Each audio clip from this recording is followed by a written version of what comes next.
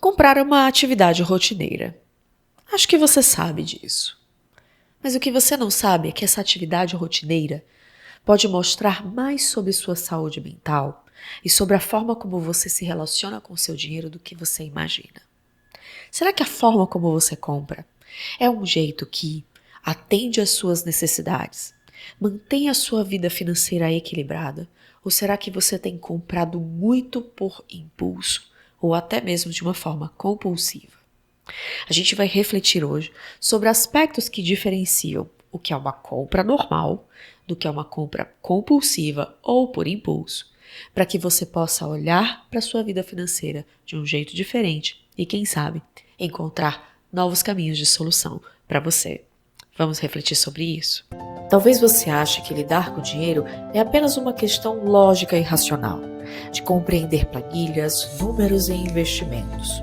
Mas, na verdade, nós somos seres sociais e emocionais, e o nosso dinheiro impacta diretamente as nossas emoções e também é regido por elas. Eu sou Sara Matos, sou psicóloga clínica e esse é o podcast O Dinheiro no Divã. Aqui a gente conversa sobre dinheiro, mas não no olhar racional, lógico de planilhas ou números, e sim tentando entender como a nossa vida interior impacta a nossa relação com o nosso dinheiro e como a nossa saúde financeira também impacta a nossa saúde mental. Bom, se você está aqui nesse mundo, eu sei que você vai comprar com uma determinada frequência. Talvez não todos os dias, mas pelo menos 2, 3 vezes por semana, eu acho que sim. É o almoço, é o café da tarde, é o ônibus, é o Uber. A todo momento nós estamos fazendo transações financeiras de compra de produtos, serviços e experiências. E apesar da compra ser uma atividade extremamente rotineira, ela tem causado em tantas pessoas a sensação de angústia e ansiedade financeira. Como se a cada compra que essa pessoa fizesse, mesmo sendo uma compra de necessidade, mas a maior parte delas de impulso, tem causado um pouquinho de angústia e um coraçãozinho apertado. E saber a diferença na hora de comprar do que é normal, do que é necessidade e do que é equilibrado, e daquilo que é compulsivo, impulsivo, perdi o controle, não sei mais por que eu estou comprando, pode sim fazer toda uma diferença na sua saúde mental. E é claro, eu não vou aqui destrinchar um assunto e você achar, e eu não vou te dar a resposta total e completa e absoluta sobre isso, porque compras por impulso, compras por compulsivas, é um assunto muito complexo. A gente vai fazer um pequeno recorte aqui de aprender a diferenciar na prática do dia a dia quando aquela compra é uma necessidade real, quando aquela compra é uma necessidade compulsiva e impulsiva, para que você possa ter mais chances de escolha no dia a dia quando você tem a oportunidade de escolher. A diferença entre uma e outra está em 4 comportamentos diferentes que as compras compulsivas mostram pra gente que uma pessoa tem, e eu encontro esses 4 comportamentos em consultório, em atendimento com os meus clientes, e você vai poder refletir também se algum desses 4 comportamentos também está presente no seu dia a dia, na hora de você fazer as compras de objetos, de serviços ou de experiências. Primeiro comportamento: uma vontade compulsiva e obsessiva em comprar. Tudo o que você pensa é em comprar. Você passa uma quantidade de tempo no dia olhando sites, olhando o site X, site da China, site de não sei lá da quantas, os objetos que você quer adquirir. E você começa a pensar apenas sobre eles. E você começa a fantasiar em quando esses objetos estiverem na sua casa. Tudo que você consegue pensar naquele momento é sobre comprar. Esse comportamento, ele vira obsessivo. Ele consome a tua tela mental. Ele consome o teu tempo. Ele consome os teus pensamentos. Você vai ter dificuldade de redirecionar o seu pensamento para outras atividades que não sejam comprar. E principalmente quando a vida começa a ficar um pouquinho mais complexa, olhar sites de compras, pensar, ir até um lugar, um shopping, uma rua, que você nem precisaria naquele momento estar ali, mas você diz, eu vou ali para passear, vou ver quais são as novidades, quem sabe eu compro uma coisinha ou outra. Esse tipo de comportamento fala sobre a obsessão e a compulsão pelo ato de comprar. Tudo é comprar. Tudo é eu só vou resolver isso comprando. E eu passo o tempo todo olhando sites, olhando lojas, vendo vitrines de loja. Estou triste? Um docinho. Tô feliz? Uma bebida. Tô assim? Vou comprar assado. Tô de outro jeito? Comprar me ajuda. Essa conexão que não permite que você encontre formas diferentes de se relacionar com a vida que não sejam comprando, é uma característica de compras compulsivas. Quando você tem uma qualidade, uma característica mais normal de compras, você vai, no momento de uma decisão de compras, compreender que aquela necessidade que você tem pode ou não ser resolvida passando o cartão de crédito. Estou estressada? Ok, eu poderia ir até o shopping e comprar um sapato e me desestressar. Mas eu também posso ir até um parque, caminhar no parque, botar o meu pé na terra, que seja tomar um pouco de sol na piscina do prédio e vai me relaxar do mesmo jeito. Se você sente que tem opção e você pode escolher uma opção em que você não tenha que envolver uma compra ou compras altas no meio do processo para lidar com aquela situação, você tem um processo mais normal e natural de compras. Mas se tudo é resolvido com compras, se o comportamento de comprar ele é compulsivo e obsessivo, ele consome várias horas do seu dia com olhar site, olhar vitrine de loja, ficar imaginando na tela mental todas as coisas legais que você poderia comprar com o seu salário que vai cair, com o 13º, todos os presentes que você pode dar para aquele parente, isso sim é uma qualidade, é uma característica de compras compulsivas. Segunda característica é a falta de controle. Quando você está num ambiente propício a comprar e você tem dificuldade de controlar o seu comportamento de compras, quando você menos espera, já passou o cartão e já comprou. É muito comum eu encontrar em clínica, nos meus atendimentos, pessoas que me falam experiências como essa. Eu me lembro, Sara, quando eu estava lá na vitrine da loja e alguma coisa parece que me tomou, e mesmo eu estando ali na loja, eu ficava pensando, mas eu não preciso disso, mas eu não preciso daquilo. E a vendedora me ofereceu, eu não consegui dizer não, mesmo desejando. E eu passei o cartão e assim que eu terminei de passar, eu comecei a pensar, por que eu fiz isso? Mas eu nem precisava. Ou eu já estou do lado de fora da loja com a sacola na mão e me perguntando o que aconteceu. Eu não sei o que aconteceu. Eu perdi o controle. Eu não tenho mais controle, não é só sobre o meu dinheiro, sobre o cartão de crédito. Eu não tenho mais controle sobre o meu comportamento. Quando eu menos espero, eu estou lá comprando, inclusive aquilo que eu nem queria comprar. Nem precisava, aquilo ali é demais, eu já tenho outro item igualzinho em casa, mas ainda assim estou lá comprando. E a falta de controle, ela não fala sobre aquela pessoa que precisa ter força de vontade. A falta de controle não é a ausência de força de vontade. É um processo fisiológico que acontece no cérebro e que precisa de um tempo, precisa de acompanhamento profissional para se desenvolver ao longo do tempo. A força de vontade não é um processo que acontece só porque você quer. só pelo seu desejo. É um exercício diário de vencer um processo interno que está acontecendo inconscientemente. Como se você tivesse pouco realmente acesso a isso. E a falta de controle, como ela vem de uma parte do cérebro que precisa se desenvolver, você precisa se colocar de uma forma ativa, presente, consciente, no momento da compra, para poder efetivamente segurar e dizer não. É um exercício mesmo, é uma prática, como se fosse um músculo. E não é desejo, não é falta de desejo.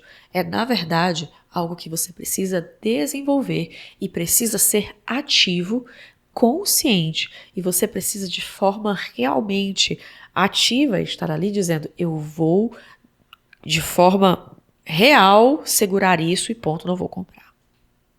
A terceira característica é sobre recaídas. Recaídas fazem parte do processo de compras compulsivas. Quando você diz que seu cartão de crédito estourou, mas que você vai passar os próximos 3, 4 meses sem comprar nada, ou vai fazer como aquele livro, Os Delírios de Beck Bloom, e vai colocar o seu cartão de crédito dentro de um bloco de gelo para você não ter que gastar, você pode entrar em um processo de recaída porque acha que o seu desejo de não comprar é realmente possível de ser controlado apenas com a força de vontade mental. E quando você recai, a vergonha está presente, a mentira vai estar presente, a manipulação também vai estar presente. Aqui a gente encontra, por exemplo, um roteiro financeiro que é muito comum em algumas relações que a gente chama de infidelidade financeira. Eu disse para o meu parceiro, para a minha parceira, que eu não ia mais comprar. E aí eu comprei. E eu chego em casa escondendo sacola, não mostro a fatura de cartão de crédito. Quando essa pessoa pergunta se aquele item é novo, eu minto. Eu digo, não, sempre esteve aqui e ó, você que nunca viu.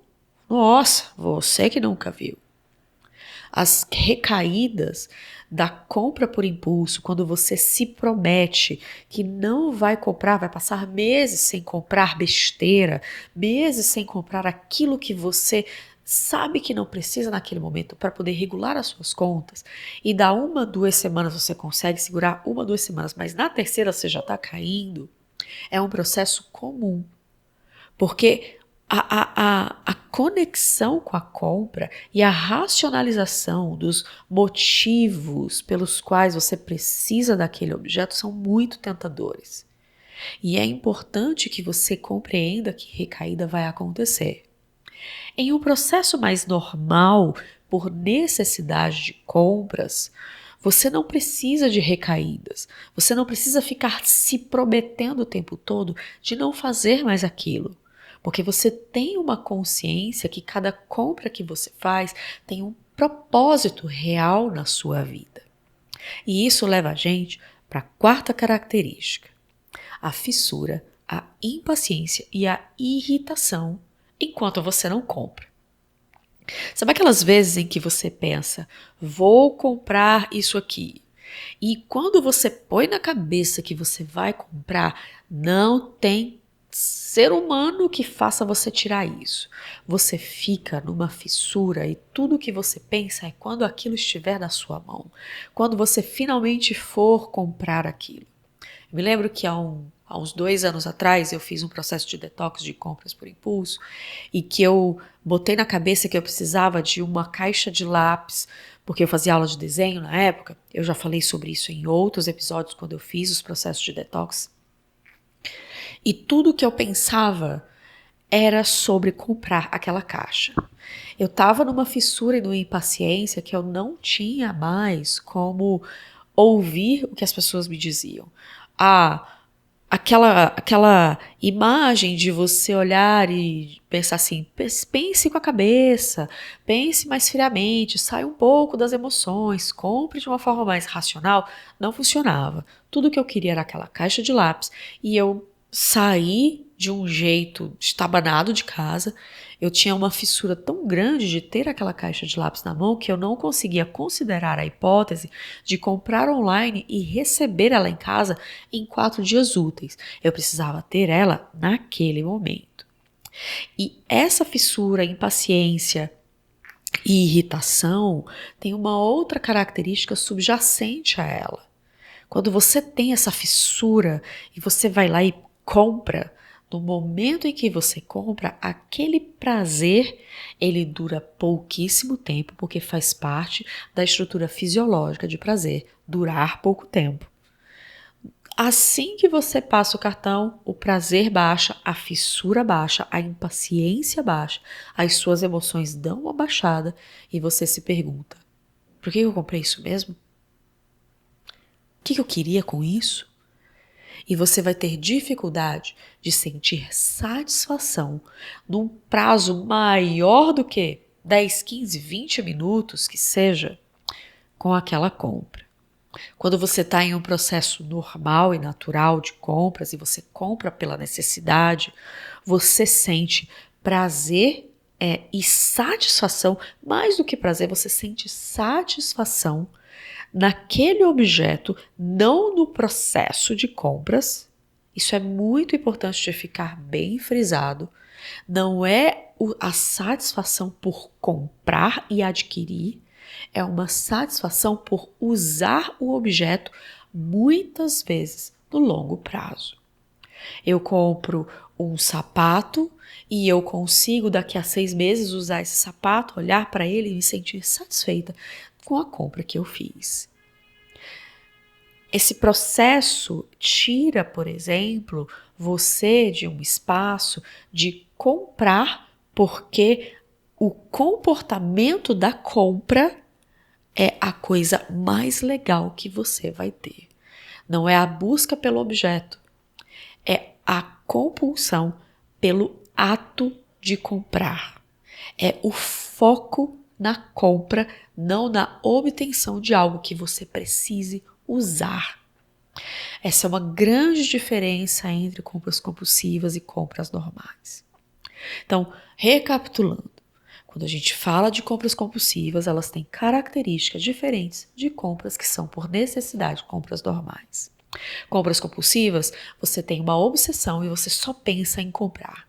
Nas compras normais, você consegue, inclusive, ter opções diferentes para além da compra que satisfaçam ou te ajudem a lidar com aquele momento em que você está vivendo. Você não tem controle sobre o seu próprio comportamento quando você está na compra compulsiva. Mas quando você está numa compra normal, você tem controle e tem escolha. Você consegue exercitar o seu poder de escolha e dizer: eu não preciso comprar esse objeto para me sentir assim. Eu posso escolher essa atividade, eu posso escolher essa outra coisa que vai me demandar financeiramente muito menos e vai prejudicar muito menos a minha vida financeira para alcançar o mesmo resultado, ou até um resultado melhor. Nas compras compulsivas você tem recaídas no ato da compra. E isso muitas vezes leva você a enganar, a mentir, a esconder o que você faz para não atravessar o processo de vergonha de ter mais uma vez comprado. Enquanto a compra normal, às vezes você tem até orgulho, você olha e diz assim: cara, eu demorei tanto para fazer isso aqui, eu consigo comprar e segurar as minhas compras, eu posso realmente lidar com o meu dinheiro de um jeito diferente. A conexão é com o objeto e com o aproveitamento do objeto e não com o ato de comprar. E por último, você vai ter na compra compulsiva a fissura, a impaciência, aquela vontade louca de comprar logo aquilo para resolver aquela angústia que você está sentindo. Porque é angustiante você querer algo que você pode comprar, mas naquele momento você olha e diz: puxa vida, vai demorar uma semana para eu conseguir comprar aquilo e esse comportamento vai ficar uma semana sem acontecer. Mas quando você tem uma compra normal, você consegue esperar, você consegue ter mais paciência, e porque o seu foco, na obtenção e na satisfação do uso do objeto No longo prazo, essa característica da fissura também tem um outro aspecto que é quando você compra e você, assim que compra, perde a conexão com o objeto, ele para de fazer sentido, a primeira coisa que você vai pensar é na próxima coisa que você vai precisar, na próxima fissura, na próxima a grande aventura que é comprar. E quando a compra é mais normal, você não vai pensar na próxima compra que você vai fazer. Você vai passar um tempo usando, sentindo satisfeita com a presença, com o uso, com a utilização daquele objeto que você acabou de comprar. Se você se viu em alguma dessas 4 características e você quer olhar para o que está atrás, os aspectos emocionais da sua história de vida, do seu corpo emocional, que podem estar colocando você dentro de um desses 4 comportamentos que estão bagunçando a sua vida financeira, você provavelmente vai precisar de um profissional de saúde mental para te ajudar a olhar para além do comportamento. Aquilo que dentro de você é combustível para o comportamento. Esse comportamento, nenhum desses comportamentos, ele é à toa ou injustificado. Ele sempre tem um motivo emocional, uma situação original, algo que está dentro de você e que precisa ser visto. E isso precisa ser feito de forma individual, dentro de um setting terapêutico. Por quê? Porque não dá para generalizar em lugar nenhum o que está acontecendo e acontece de uma forma singular dentro de você. É importante que você compreenda isso e busque ajuda sempre que for possível. E se esse vídeo te ajudou e pode ajudar alguém, encaminha ele. Traz ele aqui para essa conversa. Se inscreve no canal, deixa um comentário, deixa o seu like, ajuda o meu canal a crescer e não te custa nada. A gente se vê no próximo episódio. Tchau, tchau.